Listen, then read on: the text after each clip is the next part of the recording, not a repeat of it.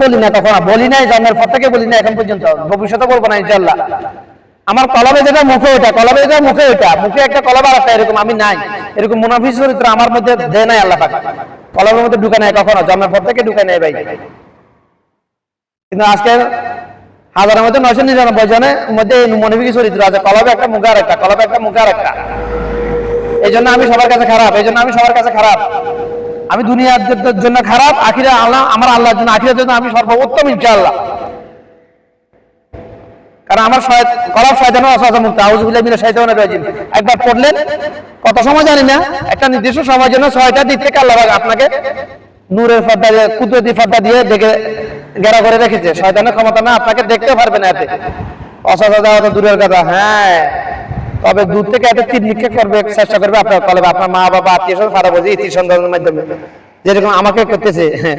আমাকে পারবি না শয়তান, পারবি না রে, তোরা আমি অফেন চ্যালেঞ্জ করেছি না এক সপ্তাহ আগে, হেরন থেকে তুই আইসা আমার সামনে আসি এখানে মানবের সুরতে, তুই তো জিন শয়তান, ঠিক আছে, তোর ক্ষমতা আমার থেকে বেশি না ইনশাআল্লাহ, তুই এটা জানিস। জিন মানুষকে বোতল পড়ে না, মানুষ জিনকে বোতল পড়ে, এটা তুই ভালো করে জানিস। আয় আমার সামনে, হেরাম থাকলে আয়,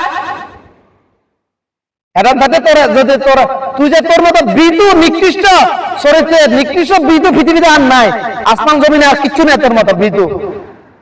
কারণ তুই এই জন্য আল্লাহর কাছে বলবে, আল্লাহ আমাকে যেন আদম শয়তান না দেখতে পারলে আমাকে তো ছিঁড়ে ফেলবে। এই জন্য তুই জিন শয়তানকে দিয়ে মানুষ শয়তানকে পরিচালনা করস। কারণ তুই যে আনাস, তোকে দেখতে পেলে আদম শয়তান তোকে কি করবে, তোর এমন টুকরো এতে টুকরো তোকে করবে, পৃথিবীর কোন আদম শয়তান এতে জোড়া দিতে পারবে না, টুকরাগুলা ছিলে জোড়া দিতে পারবে না, তুই যারা বাড়া করে জানাস। তুই ছিলে জানাবি, এটাও জানাস, কিন্তু তুই এটাও জানাস, তুই যদি এখনো যদি স্বীকার করাস, আল্লাহর কাছে মাফ চাস, স্বীকার, আল্লাহ আমি ভুল করেছি, এখনো তুই যদি বাবা আদমের কাছে কবরে স্বীকার কর, তোকে মাফ করে দিয়ে এটাও জানাস, কিন্তু তুই করবি না, কারণ তুই ছিল জানাবি। তুই এটা ভালো করে জানাস, তো যত রকমের সাইল আছে সব সাইল আমি জানি। অর্থাৎ দুনিয়া লোভী আদম সন্তানকে দুনিয়া লোভ দেখাইয়া তুই যত রকম পাপ করাতে চাস, সব পাপ আমি জানি। আরেকটা তোরা এবং রাজনীতিবিদ নামের দুর্নীতিবাদ বাটপারদের দ্বারা বাটপারদের যত সাইল আছে, রাজনীতি যত সাইল আছে, সব সাইল আমি জানি, এটা তুই ভালো করে জানিস। তো আমার হেরন থাকতে আমার সামনে আয় ভাই, হেরন থাকতে আমার সামনে আয়, আমার আহলে বায়াতের মাধ্যমে আমার কলবের তীর নিক্ষেপ করার চেষ্টা করি, কারণ পারবি না তুই ভালো করে জানো আমার কলব ওমরের ন্যায়, আবু বকরের ন্যায়, আমার তাদের মতো করতে পারবো না, আমি দুর্বল, যদি আল্লাহ চায় ইনশাআল্লাহ করতে পারবো।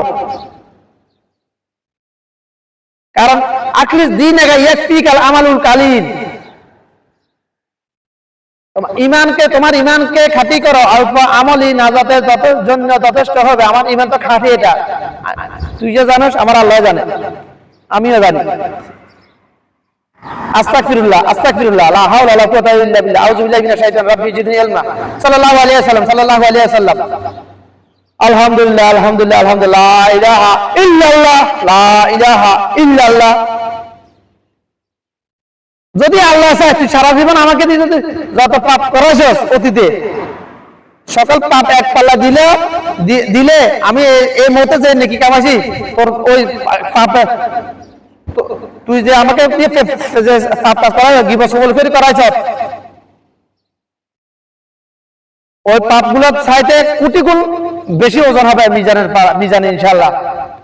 এটা তুই ভালো করে জানিস ভাই। তো আসিস না আমার সামনে, হারাম থাকবে সামনে, মানব সুরতে কথা বল, কিছু করবো না, তোরা আঙ্গুলে লাগাবো না, আঘাত করা তো বহুত দূরের কথা। হারাম থাকলে আয় ভাই, তুই এটা ভালো করে, একটা মোমেন্ট পৃথিবীতে আমার মতো আদম সন্তান দ্বিতীয় আরেকজন নাই তোকে আপনার চ্যালেঞ্জ করার মতো। এটা এটা এটা এটা পরিচিত করে ফেলেছে আল্লাহ পাক।